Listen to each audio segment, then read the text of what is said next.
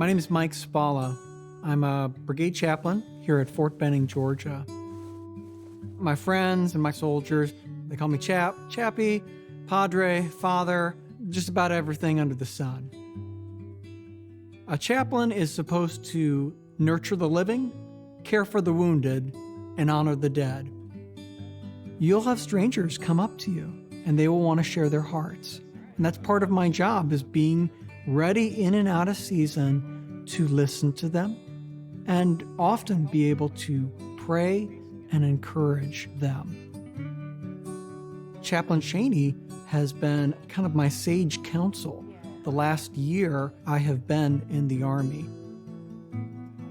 My name is Chaplain Charlene Cheney. I am the 219th Infantry Battalion Chaplain. We walk alongside families whenever they have experienced the loss of a loved one. Grief can feel unhealthy because the families feel like they're on this emotional roller coaster ride. You know, some days they're having some high highs, some days they're having low lows. One of the things that we as a chaplain can do is to help them realize that this is a normal part of the healing process. As a priest, I've been given this wonderful gift, the gift of listening. And my wife says that occasionally this gift does not work, but I promise it does. And for a family, I'm going to first hear out their story. Well, how's the Jackson family doing today? Good, how are you? I'm doing well. How are you doing, Layla? Yeah? A little while ago when I met the Jackson family, I discovered that they had lost their father. Major Jackson had died not because of combat, but because of natural causes.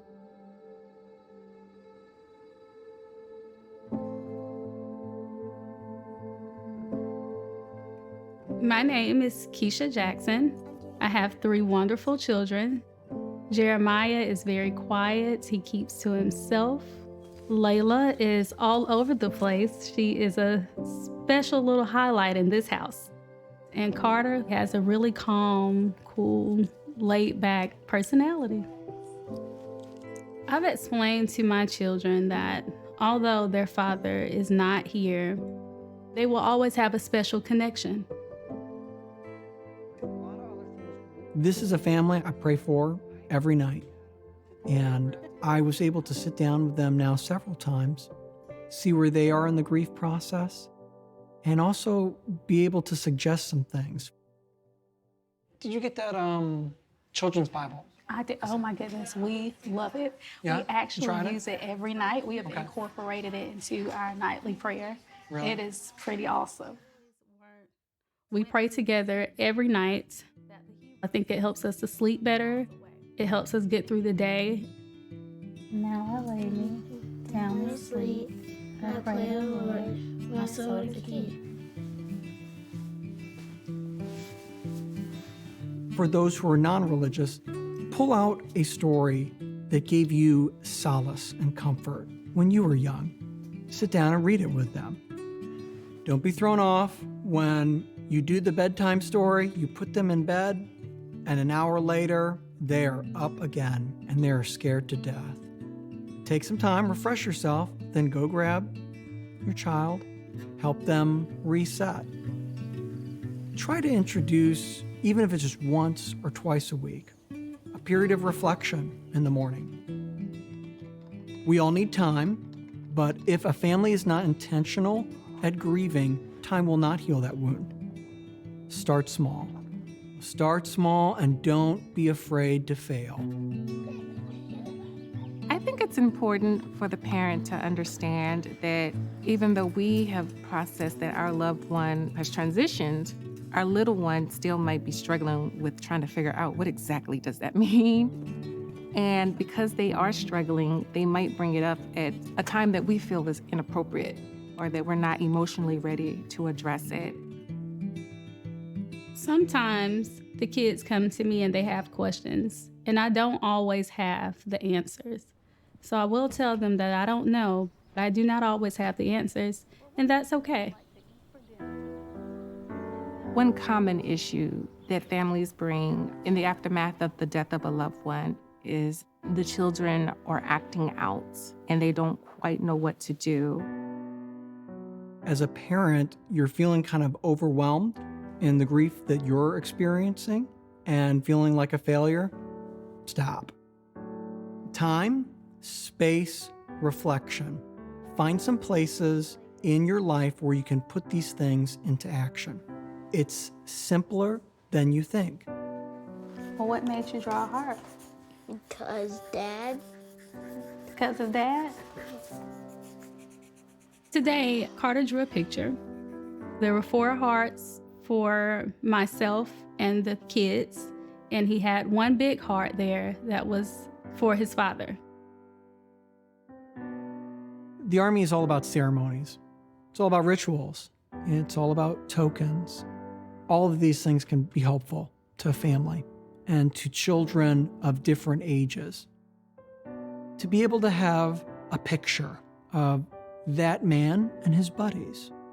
To be able to have a coin or an award, it will be something they keep for the rest of their life.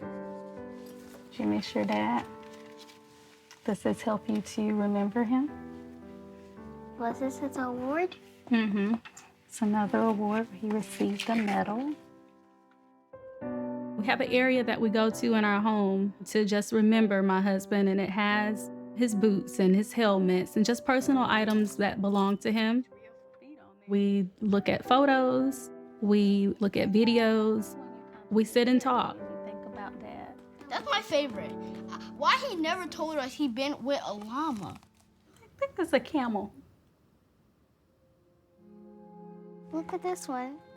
Was that me or Jay? That was definitely you. You can tell by the hair colors. Now you're doing all this great stuff, and you're probably thinking, well, how do I take time for myself?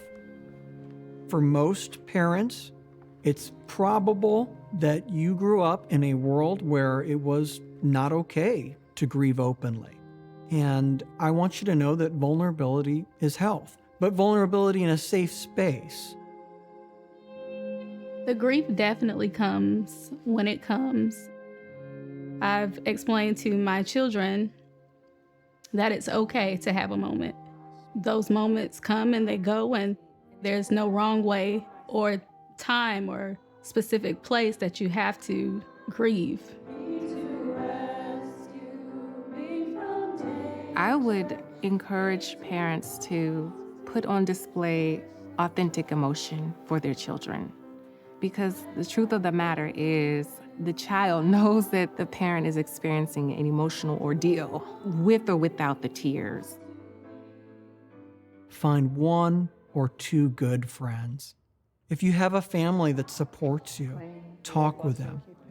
And here is something to remember. It's okay for it to be awkward. A lot of family and friends will never say anything because they're afraid of bringing it up, and they don't know that it would maybe help you as the spouse, as the parent, to talk about what's going on.